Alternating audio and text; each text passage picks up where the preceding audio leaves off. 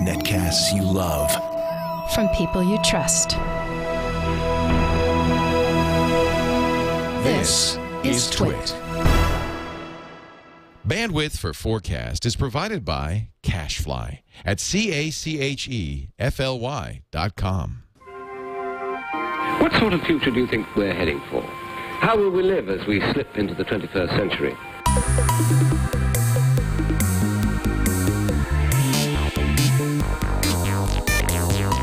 Welcome to FourCast, episode 56. I'm Tom Merritt. And I'm Scott Johnson. And this is the show where every week we invite two guests to come along with us and share their visions of the future. Very excited to have a couple of great guests today, starting with Mr. Kris Straub, cartoonist, designer, humor scientist, from the podcast Tweet Me Harder at tweetmeharder.com. Welcome, Kris. A pleasure. I'm very excited to be here. We had your podcast mate, David Malky, on previously. It was really fun to have him on. I know you have not viewed that in order to keep your predictions pure. Is that correct? Right. I don't want to just mimic him and feel like I'm not coming up to par, not coming up to his level. All right. It's hard enough working with him. We'll leave the audience as the judge. Also joining us, our other guest I was introduced to on her appearance on Len Peralta's Geek a Week, which I thought was fantastic. Sharon Stiteler is the bird chick at birdchick.com. Welcome, Sharon. Hello. Thanks for coming on the show. I'm excited to do it. This whole Geek a Week thing has opened all these different doors I never thought would be opened. Sharon is over there. Now you're a well, how would you describe your profession as a bird chick? Is it a scientist? Is it a naturalist? More of an ornithotabloid. Okay. I do whatever I can to avoid an actual job and get paid to watch birds. And then I write about it in my blog, and I write for different nature publications like Outdoor News, Wild Bird Magazine, Birds and Blooms. And you're a beekeeper for Neil Gaiman. Yeah, well, actually, I'm the head beekeeper, and he's the junior beekeeper. You're training him to be. Is that how it works? Yeah, that's about it. Yes. Okay. Excellent. Well, thank you both for joining us. Let's get right in with a prediction from one of our listeners. Allison Sheridan from NozillaCast writes in, says, "Hey, Tom and Scott, when you guys were talking with Nicole Lee and Ron Loop about lawyer penalties of the future in a world where nanobots can turn off your life," that's a bird noise, isn't it? Yeah, that is a No, it's great. We want that kind of, they call that gnat sound. That's my cockatiel. Oh, look at that. Yeah. Nice. That's Nosy's on the air. That's it. My dogs do the same thing. They'll be perfectly quiet until a show starts, and then it's like... Oh, my husband just got home, and so the cockatiel is greeting him, so I'm so sorry. We're sorry to interrupt your cockatiel's greeting. Anyway, back to Allison's email. It says, when we were talking about a future where nanobots can turn off your life or other functions, you were struggling with how to penalize the lawyers and yet still keep them motivated. You guys were so close when someone said turn off their left arm if they lose. Here's how it could work. Think reversible strip poker. So let's say the defense attorney loses a case. He loses the use of his left arm. Loses again, there goes the right leg. Win a case, right leg comes back, and the prosecutor loses the use of her left arm. This will keep them motivated and eliminate bad lawyers at the same time. It's like a terrible, quasi version of the Running Man. Like every profession, because what would happen is lawyers would demand equal service. They're not going to be the only ones losing their legs functionality if they lose something or something goes wrong. So if your computer breaks, does your salesman lose the ability to speak for a day, or does his left ear go numb and he can't hear out of that side of his head? I think that just goes on forever, and I don't think anybody would stand for it. But there's still something, like I mentioned in that episode, there's still something I like a lot about the idea of people having a real motivator to do the best job possible and to not screw up. So there's maybe something in the middle, maybe not quite this far out. Kris, I know you probably didn't hear the discussion, but do you like the idea of nanobots infecting people in order to induce punishments when they perform badly? Well, I think that pain is probably the best punishment. I'm not sure that you should inflict disability on them, because it seems like the more this goes on, it's just going to ladder, and pretty much all lawyers are just going to be, quadriplegics. They will not be able to do the research that they need to do to win. Right, you have to disable something that doesn't impede their ability to get better, because the point is for them to get better, right? Exactly. So why not induce pain or take away the ability to enjoy delicious foods. Maybe that way they're going to concentrate a little more when they're not distracted. Lawyers do like to eat, like really fancy places. Maybe you could just ruin their palate. Or now they've got to take their clients out to fancy dinners, and they do not get to enjoy that. Their mind is on the task. Sharon, do you have any thoughts on the nanobot issue? No. No. I'm more for a natural sort of thing, I guess. I'd be more into bird punishment or bees. Even bees. Bees make good punishers. Yeah, bees have very, sort of. They're hard to influence. You can't pay them off. No, and they have a short temper. Yeah, impartial. I think you could accomplish the same naturally with bees. Kind of going back to the whole local and organic movement. We don't need the nanobots. Nanobees. Nanobees. Nanobees. Yeah. This is such a weird parallel to some of those like Japanese game shows where if you lose, you get swarmed with bees. That's what this feels like to me. Kris's idea at least has some sort of, we're just going to withhold the luxuries of life. We're not going to inflict some horrible thing like being chased by 1,000 bees or losing the function of your leg, but saying, look, you can't eat or no TV for you. Say you're a huge, New York Giants fan. Can't go into those games. That box seat that you paid all that money for with all your lawyering money, that's off limits until you win the next case. Little things like that, I think, would add up. I'm not opposed to bees, though. I mean, I think you would have to engineer a bee that didn't die after it stung somebody. So you could give it a smooth stinger instead of that barb. I mean, you may have some more work on the table. Instead of bees. Yeah, wasps could do it.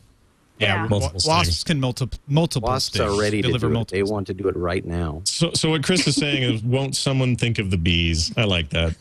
That's You're pretty having good. enough trouble with the hive collapse problem. Yeah. All right, let's move on to our short-term predictions. These are things you think will happen sooner than later, maybe in the next few years, but it's not necessarily a strict timeline. And Sharon, let's start with you. When you look short-term, what is your first prediction for us today? I think metro areas are going to be overrun with wild turkeys, and there's going to be an official slaughtering of them, and it's going to become kind of an urban farming thing and a way to feed the homeless. Why will we be overrun with wild turkeys? Turkeys are making a huge comeback in the true? East. They've been reintroduced, and a lot of cities are having this problem. And it's similar to when they reintroduced the Canada goose. And it's just, I've heard people talking about wanting to have a season on wild turkeys in metro areas, but it's hard to have that season because you can't just fire guns in a metro area. But well, you can in Oakland. Legally. But, it's just such a great source of food. They don't have too many predators in an urban area. And I think we're going to, that whole urban farming movement is happening. I think we'll see that more so with turkeys. It's funny. There are Canadian geese in downtown Oakland, all around Lake Merritt. And there's constantly talk of like trying to weed them down and get them under control. And everybody's like, no, protect the geese. Are Canadian geese okay now? I mean, could they actually do some sort of population control on them? Well, it's technically Canada goose, not Canadian geese. Okay. Or Canada geese. But yeah, and there are some cities who do what's called a goose roundup. And there's a period before the young know how to fly when their parents are also flightless. And so people will go and herd them up and corral them.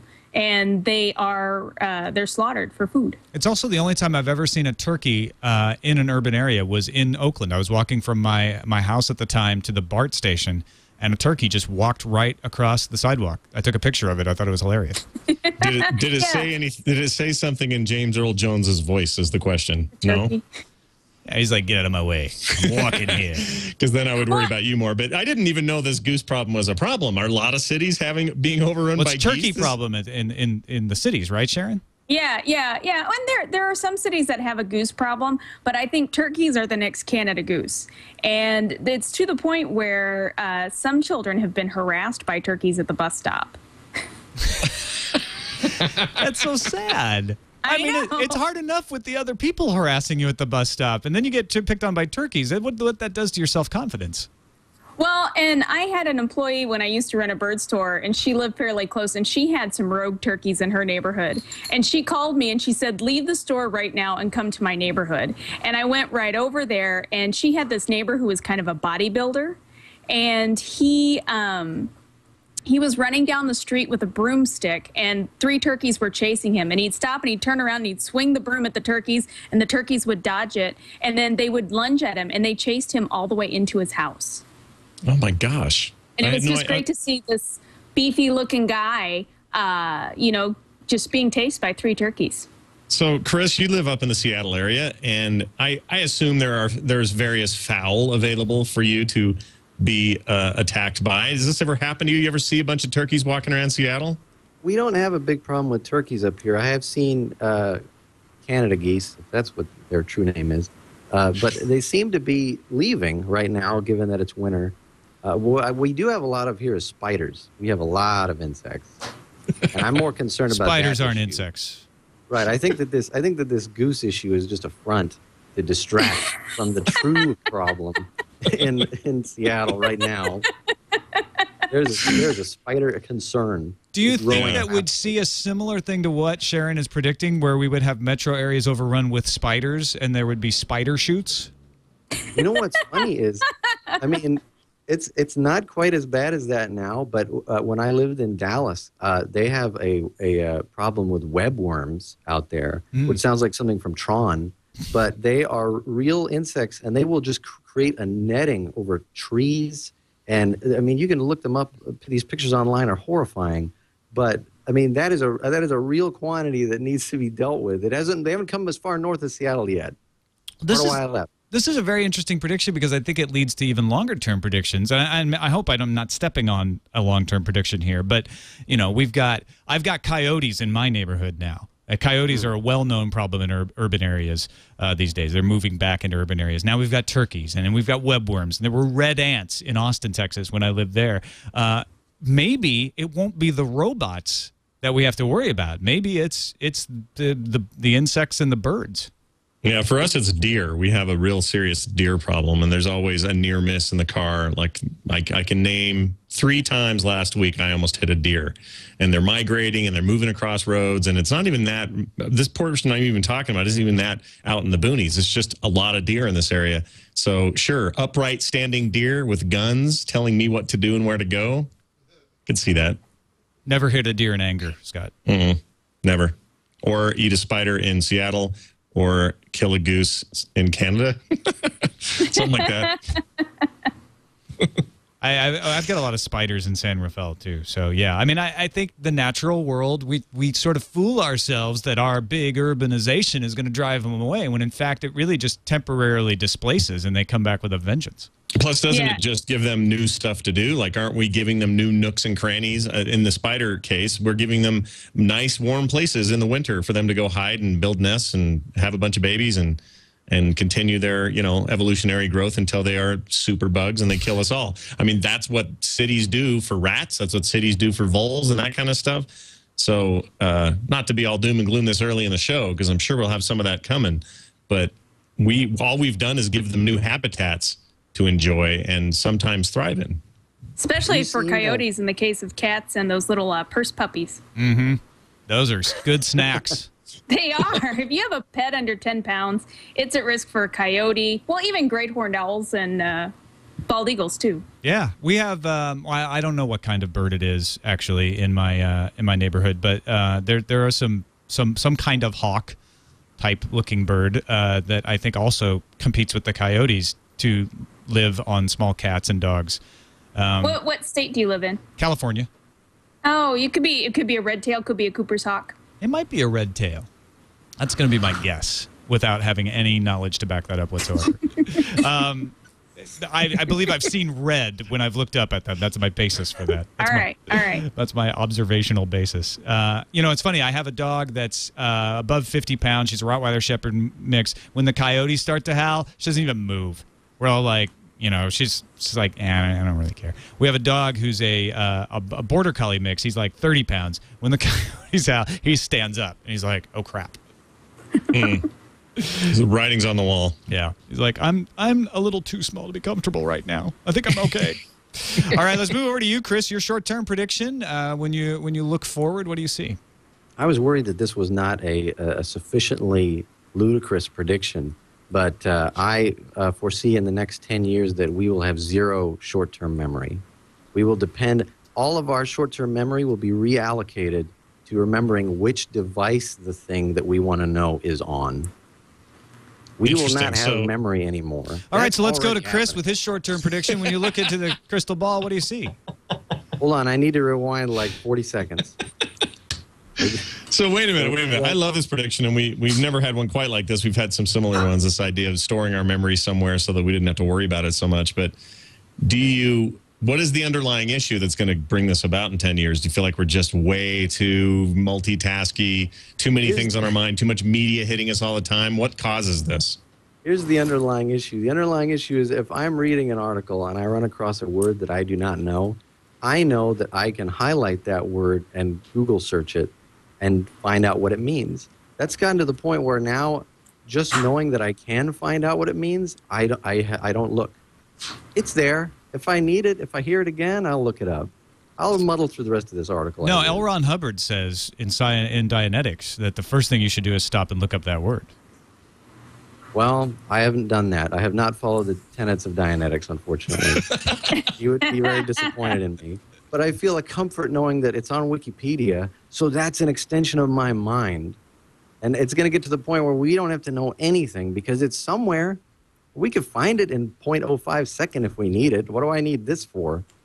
I got 3 extra pounds up here. I could put hair in there.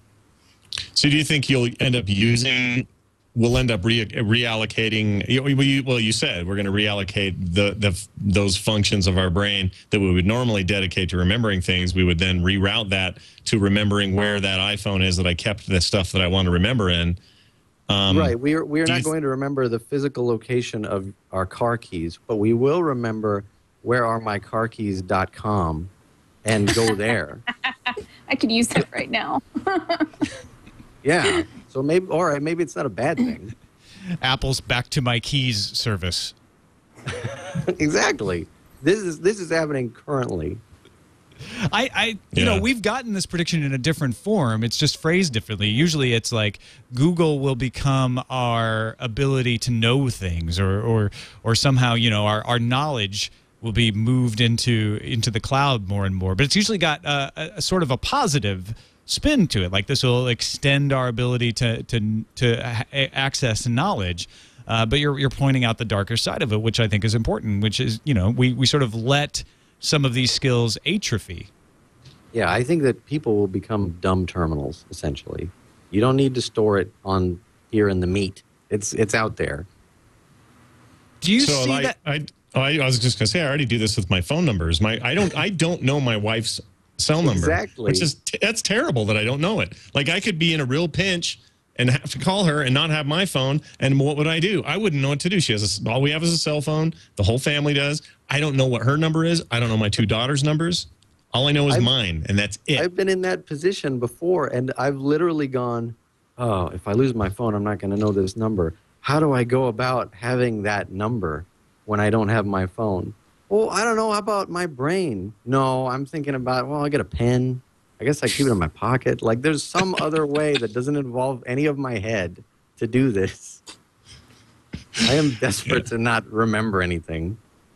Yeah, I really do feel like we're in a time where this is a real issue, whether or not we figure out a way to go back against it and fight it and actually use our brains a little bit more. But you know, I remember this was an issue in high school. Are you going to use a calculator in math? Or are you going to try to figure out the stuff on your own?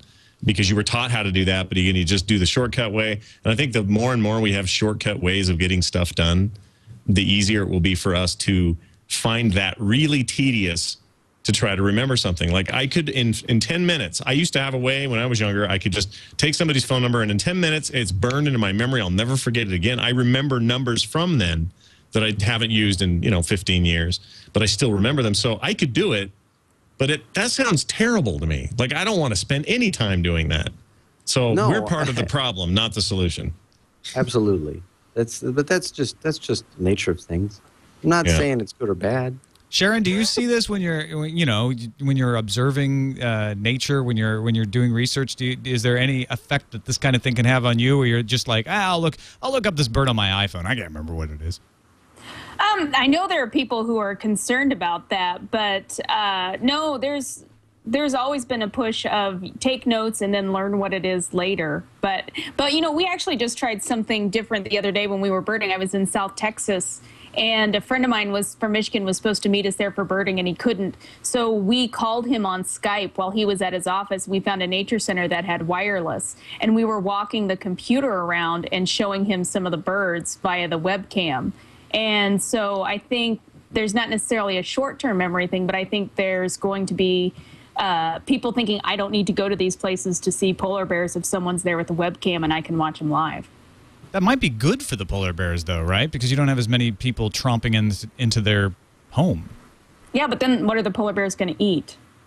There's going to have to be some sort of polar bear fish subsidy. If there are no stupid people with cameras getting too close to the polar bears. The polar bear population is in grave decline after the lack of stupid people. I did not understand how that industry worked. This is edifying. Yeah, exactly. All right, let's move on to our long-term predictions. And Kris, we'll stick with you. These are the more of 100 years. We'll be in flying cars, sorts of things. What do you have on the long term? See, I'm going down a dark road here, all right, ladies and gentlemen. I believe that on the memory front, that we will have conquered how a memory is stored, and they will become manipulable and transferable. So we won't need to go see polar bears because we can just download the memory of seeing them at the zoo. And not just any lame memory, a really cool memory where a polar bear caught a big fish. That's the one that everybody remembers because that was the best one available. I can remember it for you wholesale. Yeah, exactly. But not just for fun vacations. I mean, just for everything. So I would like to remember that I ate healthy today when I absolutely did not. Right. So this is one of the common things we hear about a lot is this the ability that we'll have in the future to virtualize everything and be able to duplicate an experience exactly like the memory of it, the feeling that you had, all the things that it sort of leaves in your mind are going to be 100% the same as if you were the one that experienced it yourself. And then we get into these very philosophical questions about, well, then aren't you basically experiencing it? Because aren't we all just a jumble of nerves and sensors that senses that I just picked up this iPhone and waved it around, but for all I know, that was implanted. Is that kind of what you're getting at? Yeah, but I mean, there's gonna have to be some concessions. Like if I'm at the zoo in my memory and I'm looking and I happen to look down at my hands and I've got a lady's hands with nail polish, I'm just gonna have to accept that as part of the convenience of enjoying this memory. Well, you did say they'll be manipulable, so maybe you can, have your hands inserted into the memories. They'll be customized for you. I don't know if they will be that manipulable. Okay. It might be that you can change the color of the polish, though.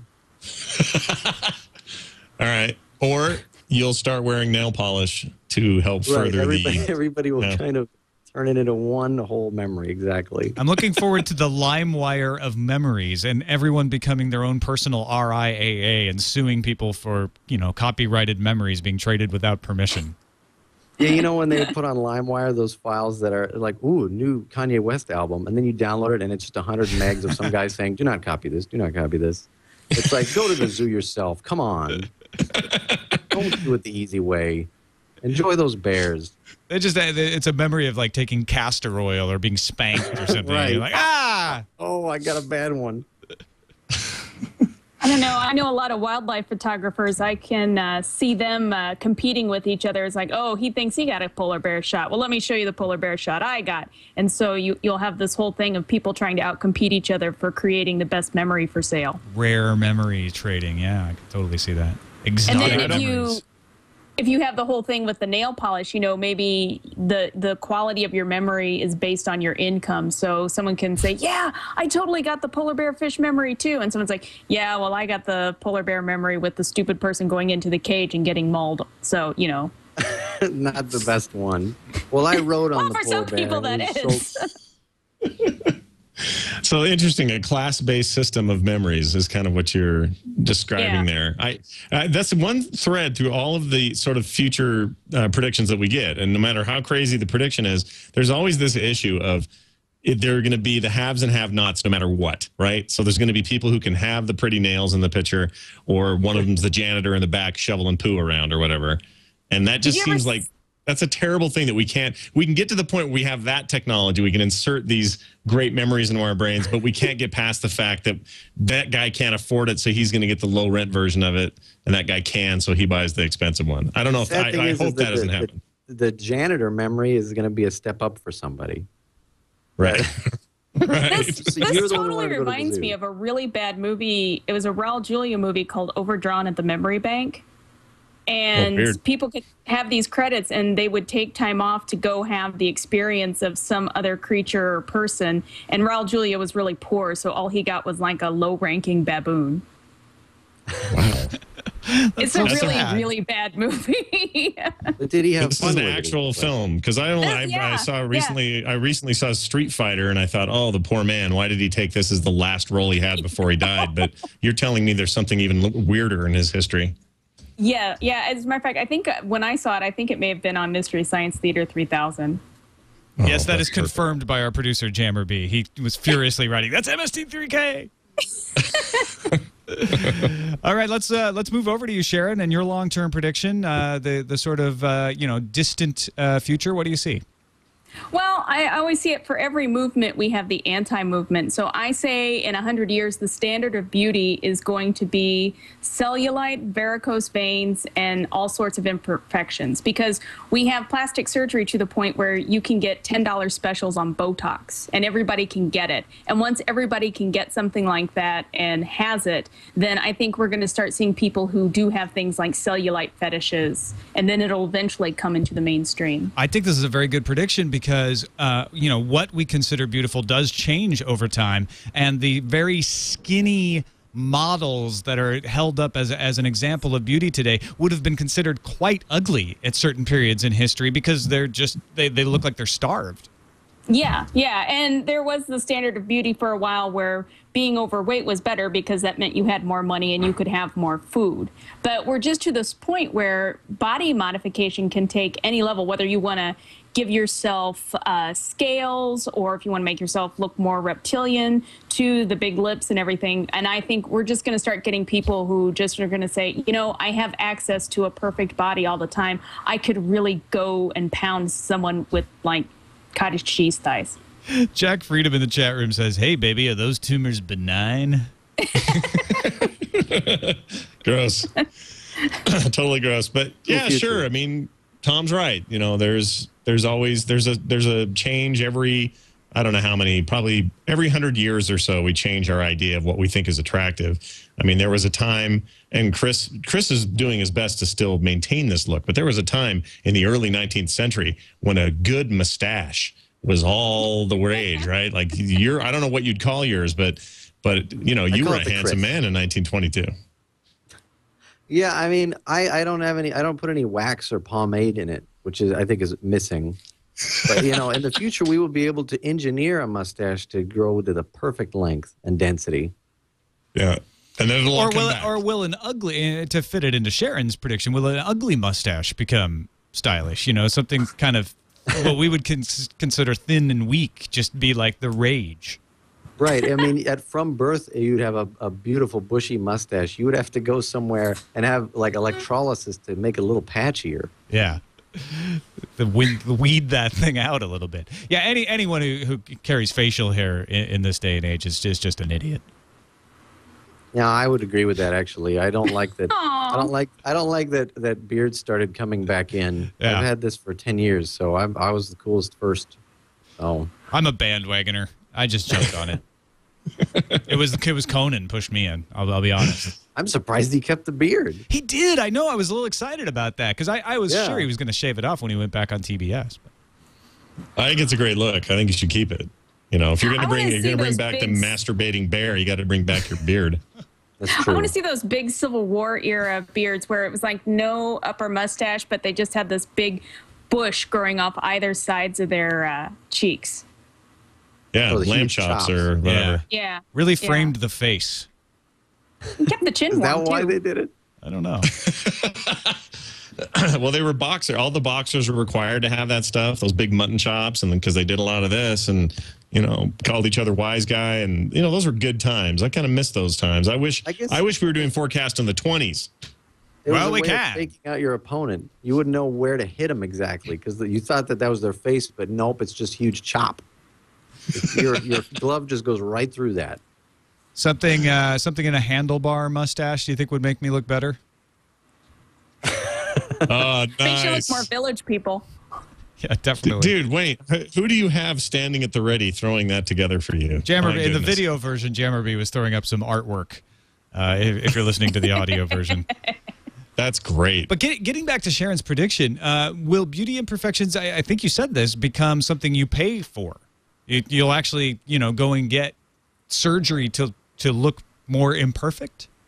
I don't see why not. I mean, we already will take fat from one part of our body and put it on our face. So, I mean, the technology is there.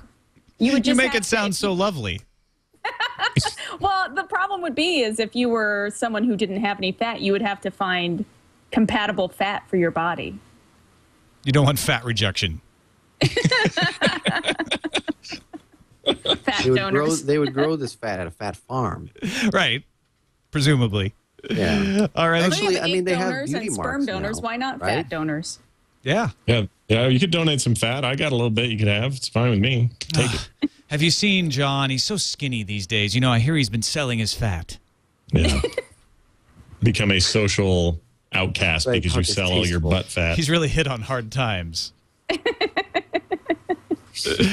All right, let's move on to the crazy-ass prediction, and Sharon, will stay with you. One really far out there forecast, like in 2,000 years, we'll all be made of wood pulp or whatever. Time frame doesn't matter. What do you got? I think I'm going to take it a little further than 2000, but I think we're going to see dinosaurs make a comeback. Yes! Will there be a tour? Well, that's assuming that we're still on top of the food chain and can manage that. Yeah, true. But, we talked earlier about how wildlife is having to maneuver around us in urban areas. And then you also have things like species disappearing. There's a lot of concern about whether or not polar bears are going to disappear. And I can see us trying to manage this with the polar bears, keeping them in captivity, making them bigger, making them better. I'm sure someone's going to try and keep a polar bear as a pet.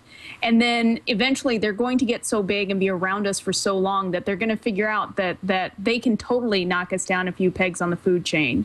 And if climate change happens and we get some cold weather in some areas, the animals there are going to get bigger. And again, that's going to knock us down on the food chain. And I think dinosaurs are going to come back in a big way.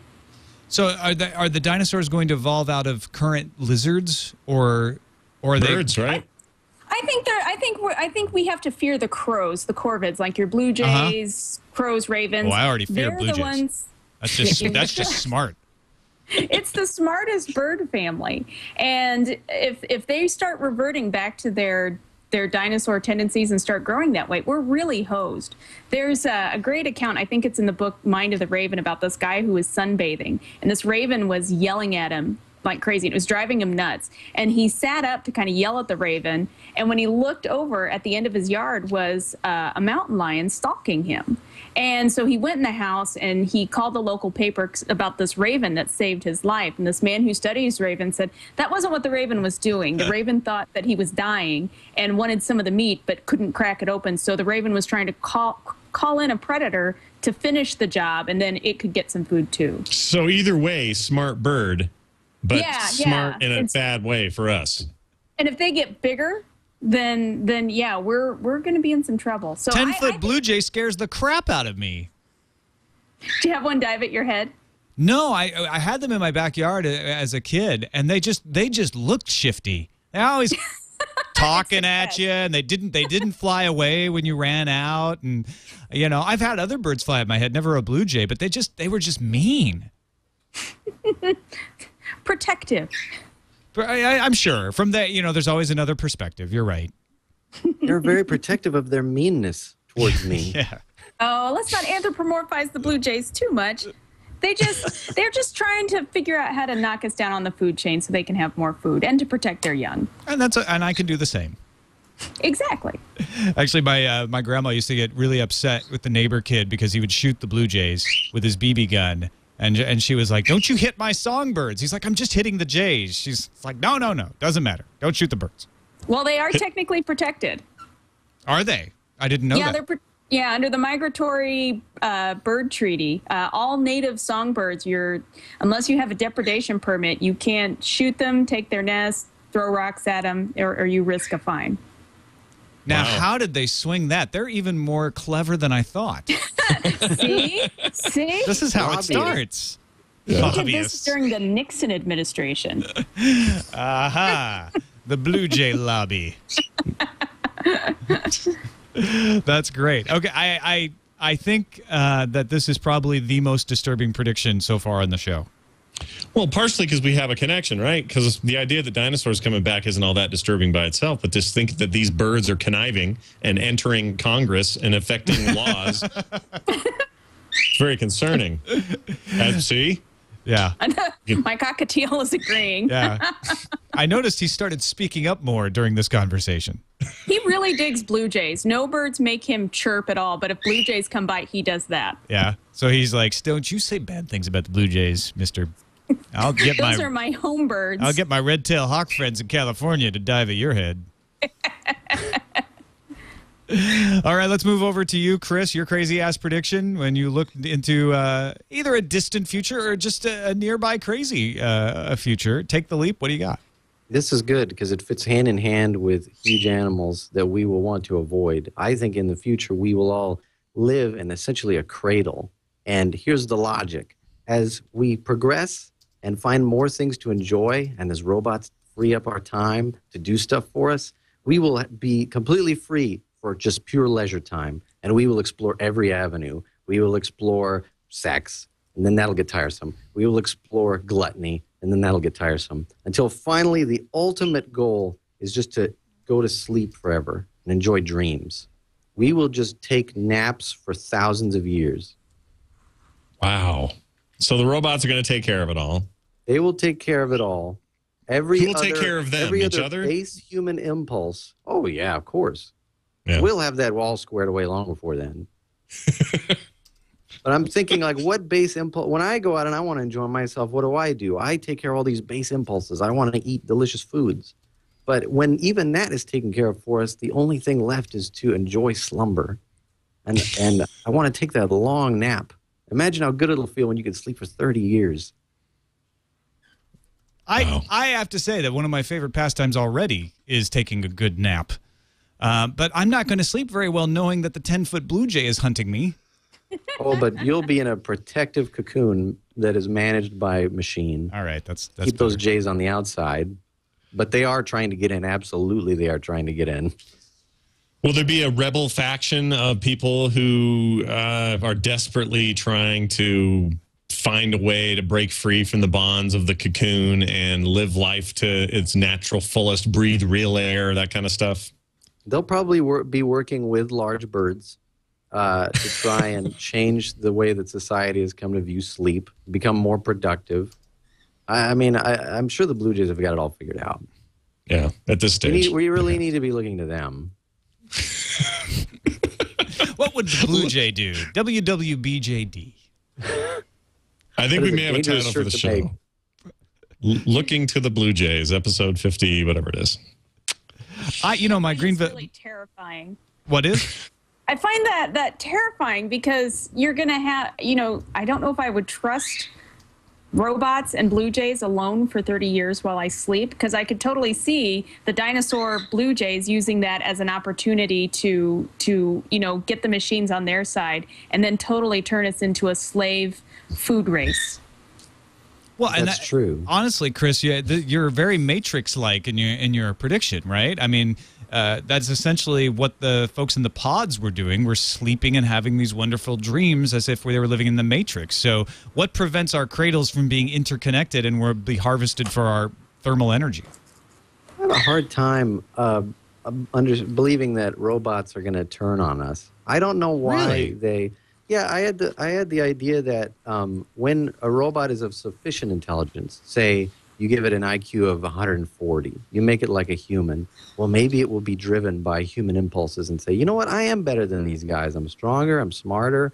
I should take over. But if you give robots an intelligence of, say, an IQ of 500, an impossible one, then I think they become idealists.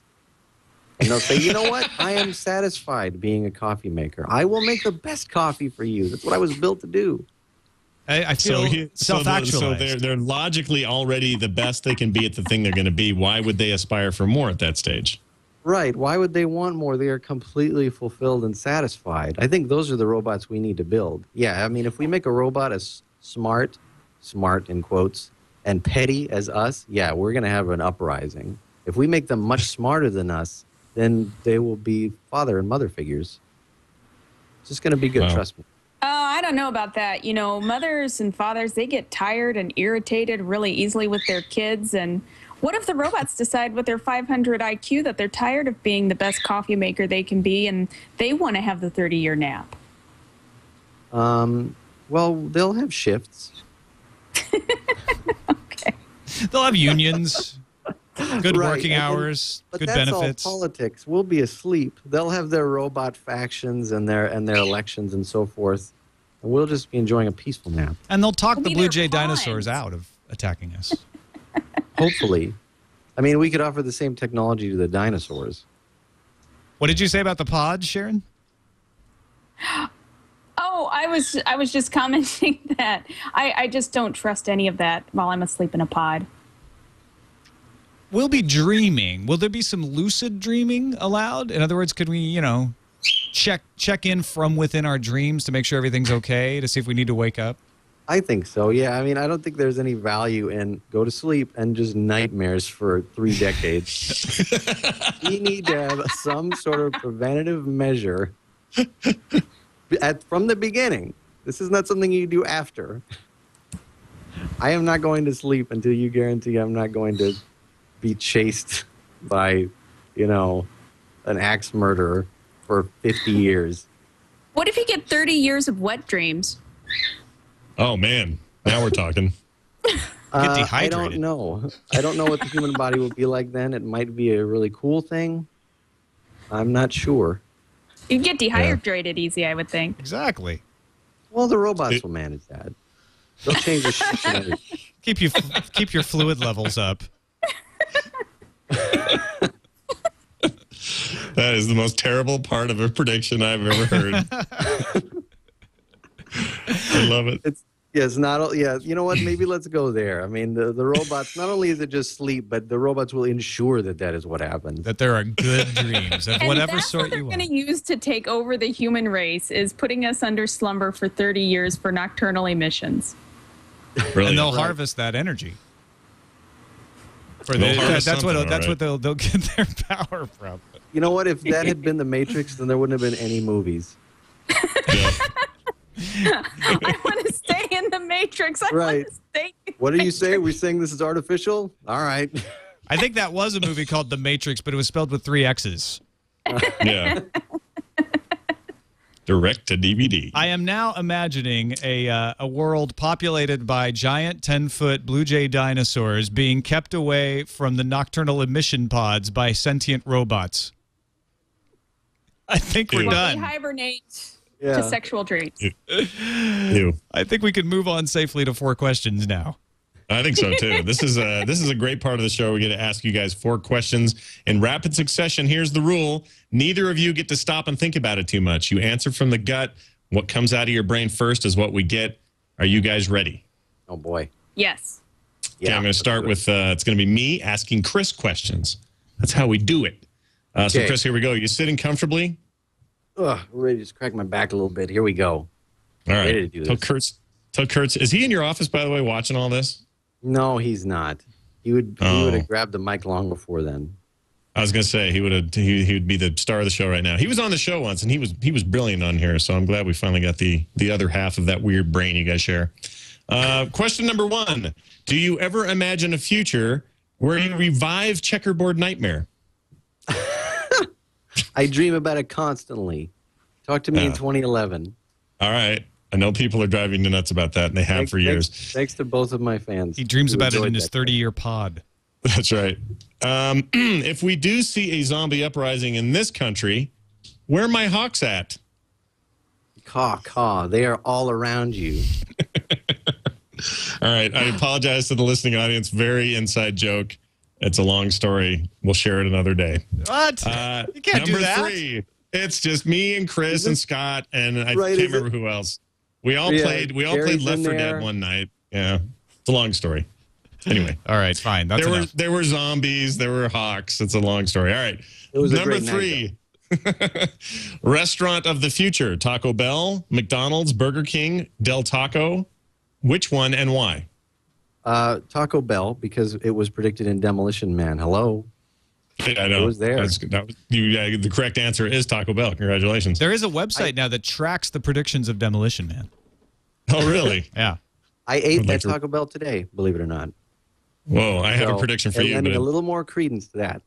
I'll give it an hour before my prediction comes true. Last question. Webcomics still here and happening in 2055? In 2055, webcomics will just be a bunch of sour old men. We will be the ones saying, we used to do it on computers. We didn't have virtual entertainments. Who needs walking through your own personal fantasy land in 3D? Yeah. We used to do it right on the screen, and it was a flat screen, too. Yep. Wow. I hate to say this, but I think that's totally correct. It's happening right now. We're going to be a bunch of crusty old complainers talking about how they do it now, and back in my day. And really, we're not going to be that different than people that did it on paper, which is the sad thing, because it's really just a tiny jump to what we do now. Right. We think we're being so novel. All we've done is make it electronically as opposed to put it in the newspaper. Yeah, in the future, truth. I don't even want to think about it. I intend to be dead by 2055. Me too. Well, congratulations. Actually, I hope I'm not, but congratulations. You have Wait a minute. You have solved. Well, in 2055, my son will be 55. I should still be around for that. That would put me at. I don't want to think about it though. I'll be really old. Colostomy bag and toe, dude. Not even interested in that time of my life. Singularity. Right. Yes. Just let it happen. Yeah, it might. Who knows? Well, we might all be just vapor by then. Exactly. It might be good. Gray Might be goo. cool. Yeah. I'll have the vapors. All right, let's move along to you, Sharon. It's time for 4 questions. Are you sitting comfortably? Yes, I'm ready. Good, then we'll begin. Question number 1. Now, assuming that birds don't all turn into dinosaurs, birds came from dinosaurs, we think. What are birds going to turn into next? What would be the new space for them to move into? Outer space. Space birds, you say? Space birds. They gotta go colonize the moon. Birds in That's a terrible idea. space. They can already, quite a few of them can already take those really high elevations. It's just a matter of time until they figure out a no oxygen atmosphere. I love this answer because I imagine us still like quibbling over funding for NASA, and the birds are like, "See you, suckers! We're going to Mars." Well, you know, there's all that space junk. I could totally see swallows using that as nesting habitat. Yeah. Absolutely. Will they have little helmets on for the oxygen, or they'll just adapt? I think they'll adapt. Okay. Question number 2. Will humans one day fly on their own without assistance, and when? No. And I don't think humans, they need us. You mean no jetpack? Yeah. Just like we'll evolve the ability to take wing. No, because I think if we ever started to develop any kind of flap in order to do that, we would go the route of bats, and no one seems to care for how bats look. And I think if we started getting little webs under our arms, we would just go to a plastic surgeon and have that taken off. Kind of like, kids with web toes. But if ugly becomes the new beauty, does that change things? Yeah. If you want to get your freak on, yeah, I suppose so. Bat people. All right, question number 3. Can you assure me that the bees will never become sentient and turn on us? No, I can't. I wish I could.